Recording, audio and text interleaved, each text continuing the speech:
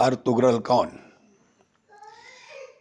غیر معتبر تاریخی حوالوں سے معلوم ہوتا ہے کہ ارطغرل کا تعلق ترک قبائل کی شاخ کائی قبیلہ سے تھا اور ان کا خاندان بیگ سردار کہلاتا تھا۔ ارطغرل ترک زبان کا لفظ ہے۔ ارطغرل کے معنی عقابی شخص، عقابی سپاہی یا شکاری یا ہیرو وغیرہ کے ہیں۔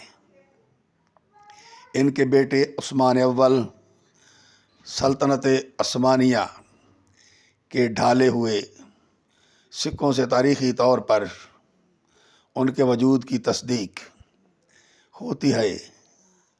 ان سکوں میں عثمان اول نے اپنے والد کا نام ارطغرل نقش کروایا تھا۔ آسمانی روایات کے مطابق ارطغرل اپنے والد سلیمان شاہ کی وفات کے بعد اپنے رفقا کو لے کر سلاجقہ روم کے پاس گئے اور ان سے زمین کا مطالبہ کیا۔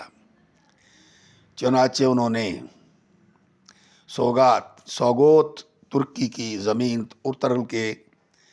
ارطغرل کے حوالے کر دی، جو اس زمانے میں بازنطینی سلطنت کی سرحد پر واقع تھا، اور ارطغرل کو اس کا سردار بھی مقرر کر دیا۔ بعد ازاں اس سر زمین پر کچھ ایسے واقعات پیش آئے جو آگے چل کر سلطنت عثمانیہ کی بنیاد کا سبب بنے۔ اسلام کی سربلندی کی خاطر ارطغرل اور دیگر عثمانی سلاطین کی مجاہدانہ سرگرمیوں کی بنا پر عموماً ان کے ناموں کے ساتھ غازی کا لقب لگایا جاتا ہے۔